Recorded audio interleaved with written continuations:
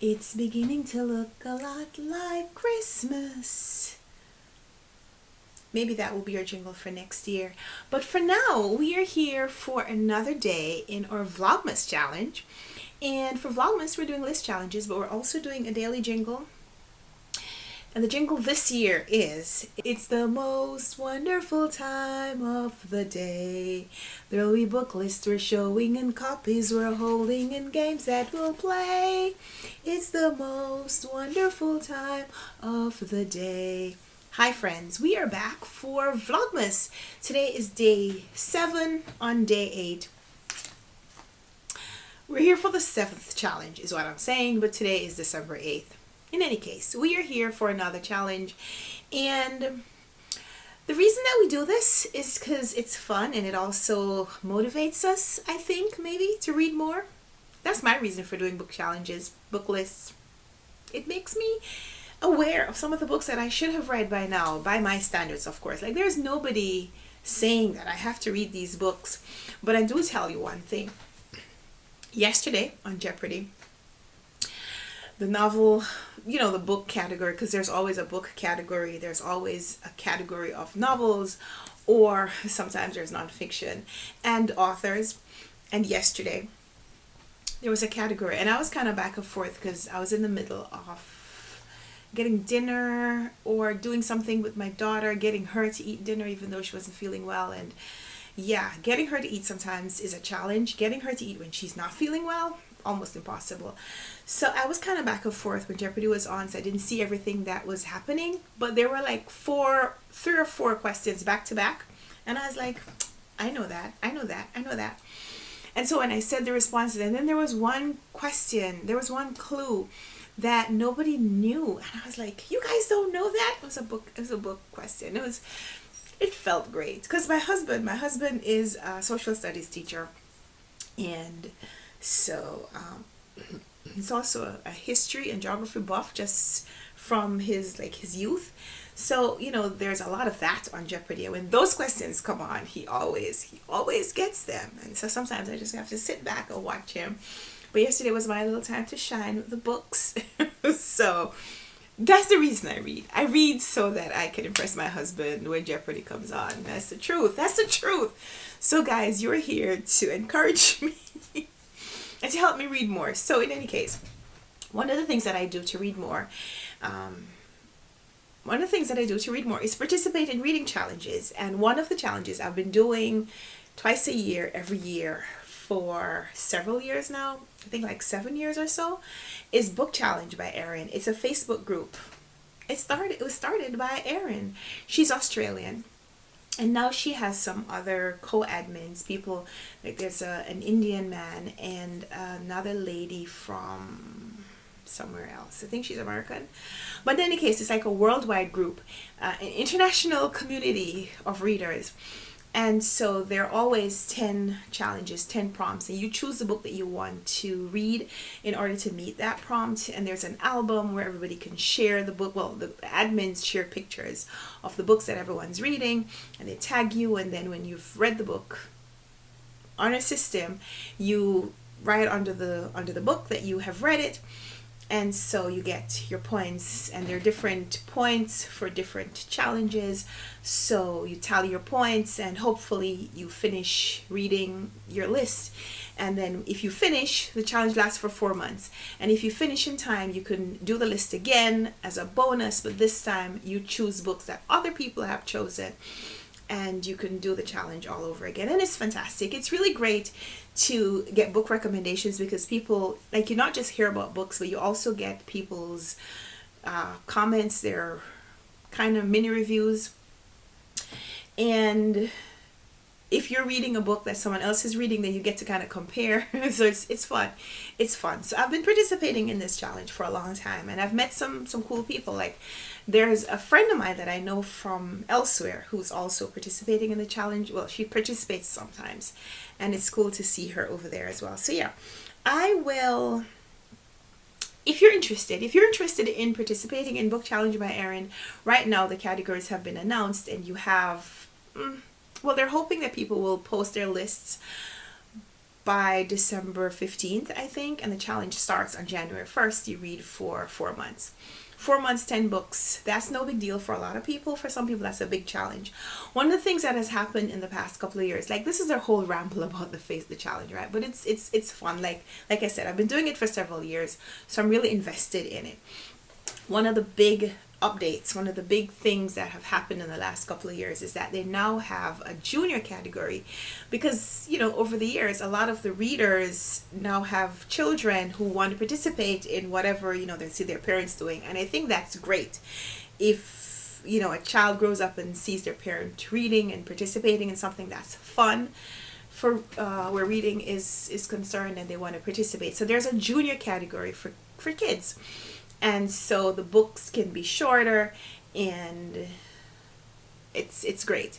And I love seeing like parents like mommy daughter or mommy son participating. I don't know if there are any mommy son groups, but in any case, it's fantastic. So I'm on here to share my participation in that group.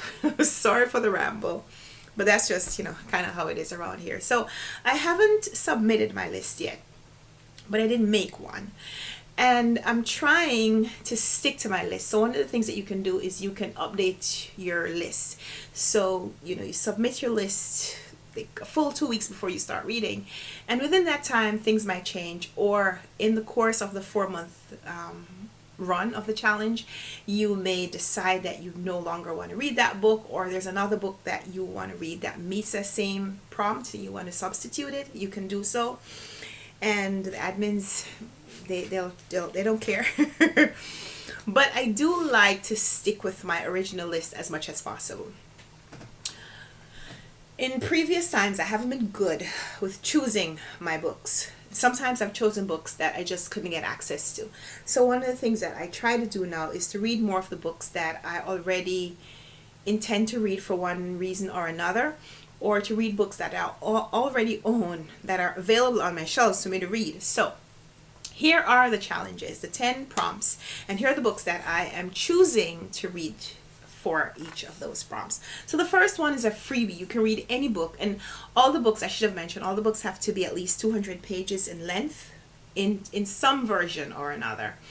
So the first prompt is a freebie. You could pick any book that you want to read, and you could substitute that. So if you read another book that wasn't on your list and you want to substitute that for your freebie, then that's a freebie. So my freebie book is a book that I'm going to read regardless, but that doesn't meet any of the other categories, and that is One Sky Day. Alternate title is Poppy Show by Toni Morrison. She is a Jamaican author, and we're going to be reading that next year for the Run Right Reads book club. So I put it on here because I know I have to read that book. I know I plan to read that book for the book club, so it just makes sense to add it to this challenge as well and get my freebie point right there. So this One Sky Day, also known as Poppy Show by Toni Morrison, is my freebie book.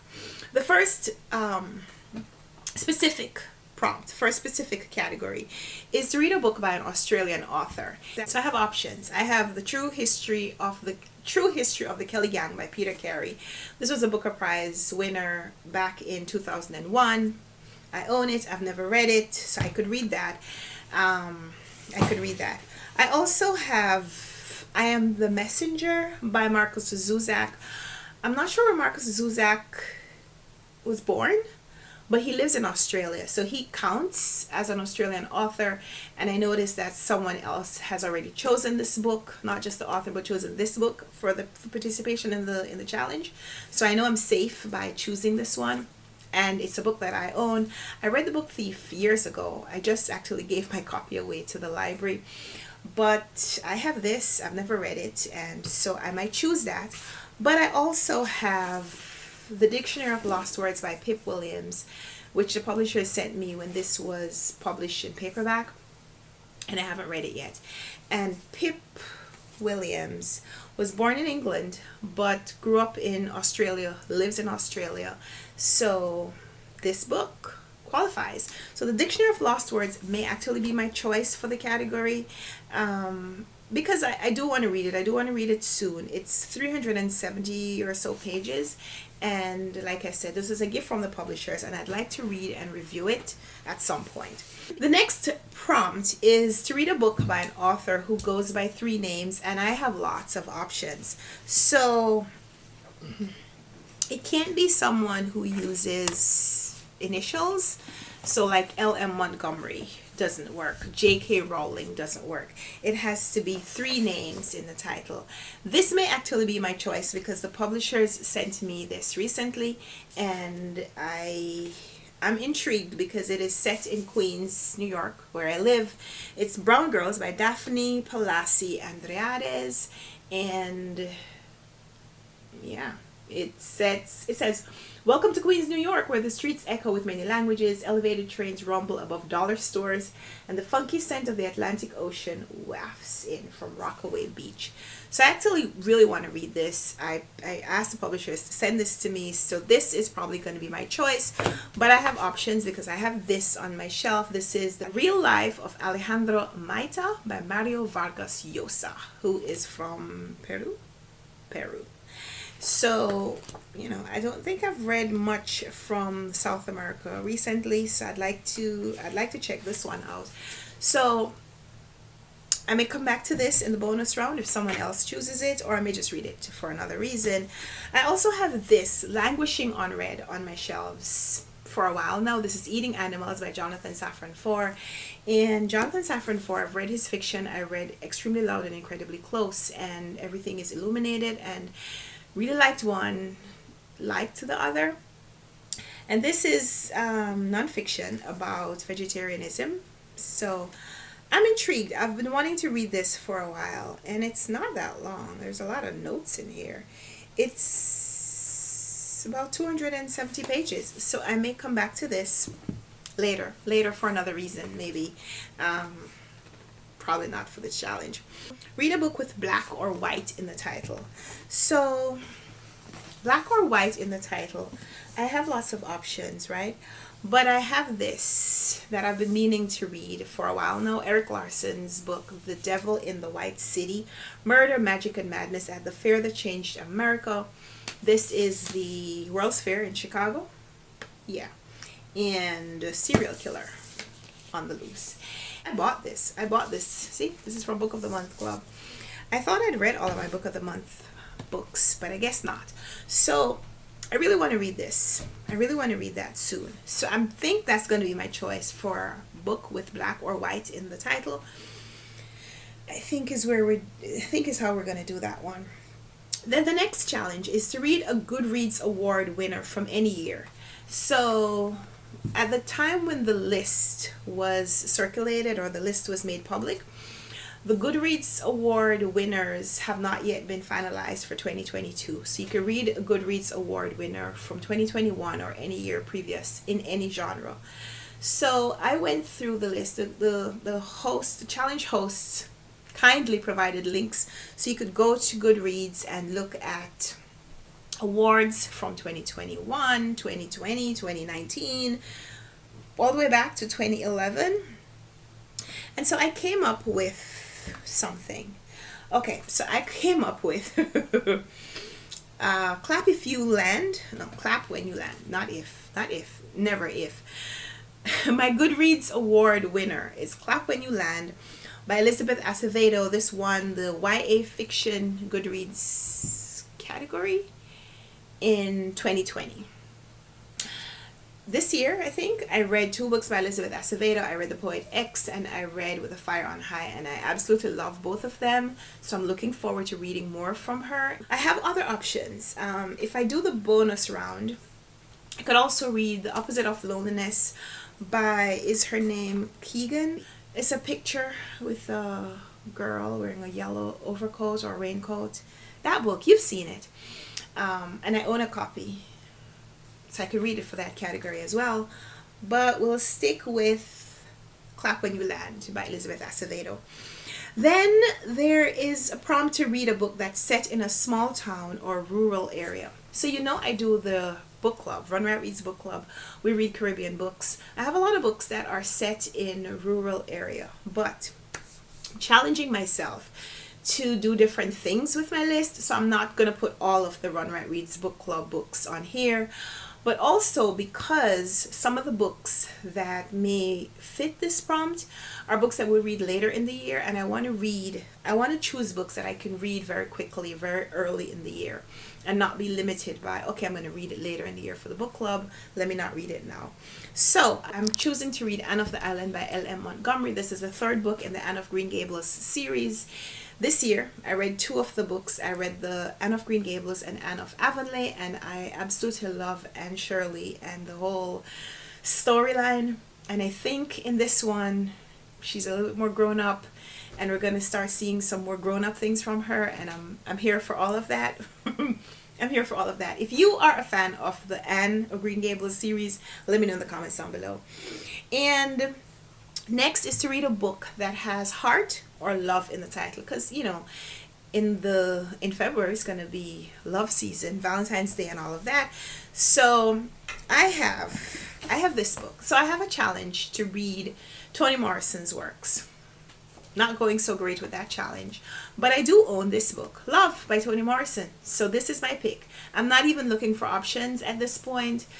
There are lots of books I'm sure that I have that have heart or love, or books that I could think of that have heart or love in them. But this is my choice because I must I must advance on my plan and my goal to read all of Toni Morrison's novels. It'll be great if I could finish that next year, but we'll see. We're going to be kinder to ourselves with setting goals. Then the next challenge is to read a book that starts with the first letter of your first name. This is a little bit of a challenge for me because my name's Karen, Karen. There are not a lot of books that I can think of that start with the letter K unless they have the or a in front of them. So I didn't want to do that. I wanted a book that started with the letter K. And I don't know, but this book has been on my TBR for a while. Not my physical TBR because I don't own a copy. But ever since I heard about this title, I've been wanting to read this book. It's Killers of the Flower Moon, the FBI and the murders in the Osage County. That book. Author is David Gran. And so I put that on my TBR because this is as good a time to read that, I think, as any. Challenge number 9 is to read a book that is narrated by an unusual being. So an unusual narrator. So like the book Thief was narrated by Death. Watership Down by Richard Adams is narrated, I think, by rabbits. I found that out when I was researching how I'm going to participate in this challenge. But that's also a big book, and I'm not sure if I'm going to read that anytime soon. So I chose The Lovely Bones by Alice Sebold, and now I can't remember what the narrator is, so I'm not going to remind myself just because I forgot, and I don't want to think about it until I read the book. So The Lovely Bones by Alice Sebold has an unusual narrator. We're just going to keep it like that. And so that's my choice. And at this point, I don't know that I have any options for that. So we'll see. The final challenge is a very interesting one. It is to read a book that has a prime number in the title. So, you know, prime numbers are numbers that can only be divided by that number and 1. They don't have any other factors. So 1 is not a prime number, but 2 is a prime number, 3 is a prime number, 1619 is a prime number. The 1619 Project, well, that's such a big book, so I don't want to put that on the challenge. That may be my bonus book if someone else picks it and I come back to it. I do want to read that book. There. The 1619 Project by Nicole Hannah-Jones. This is an option. This is definitely an option. But I have lots of other options. I have Between Two Kingdoms by Sulika Jawad, A Memoir of a Life Interrupted. This was a gift from the publishers, and one of the things that I really want to do in 2023 is to read the books that the publishers have sent to me in a timely manner. Man, there's no timely in any of these because some of these have been sitting around for so long. I feel bad, but clearly it wasn't bad enough for me to have actually read the book. I just, I overcommitted myself this year. 2023 is the year. So this may be my option. I may also keep this for the bonus round because I saw that someone else chose it, so it's already in the files. So I could choose something else and then save this for my bonus participation. Other options that I have, Slaughterhouse-Five by Kurt Vonnegut, which is a book that I have wanted to read for a while, and this may motivate me to actually pick it up soon. Not may, but yeah. So I don't have a copy. I get that from the library. So yeah, those are 10 challenges. 10 10. So those are 10 prompts for the book challenge by Erin, round 18, that I'm going to be participating in starting on January 1st.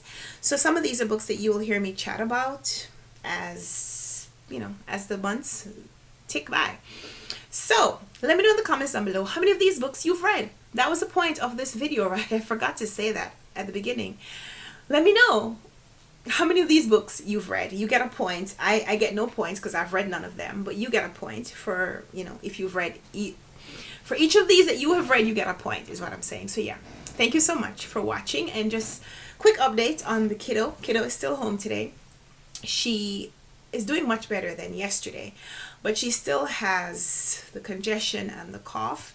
So we went out really early this morning. We went to the doctor and went to the pharmacy, and that's really funny too. So we stopped at the CVS, which is close to the doctor's office, but not where we get our prescriptions, because we chose not to get the prescriptions close to the doctor. We chose to get prescriptions close to our home, but we didn't need a prescription today. But I stopped there. Oh, so we didn't see the doctor because I took her to the doctor to get her flu shot, but because she was sick, they wouldn't give her the flu shot, so we rescheduled for next week. So I stopped at the pharmacy on the way home so we could pick up some vapor rub or something and some chewable tablets, because when she's sick, she doesn't want to drink medicine. She likes to drink medicine when she's not sick. When she doesn't need it is when she takes medicine or tries to. So I said, you know, I know they do chewable tablets, and get some more cough syrup or something for her.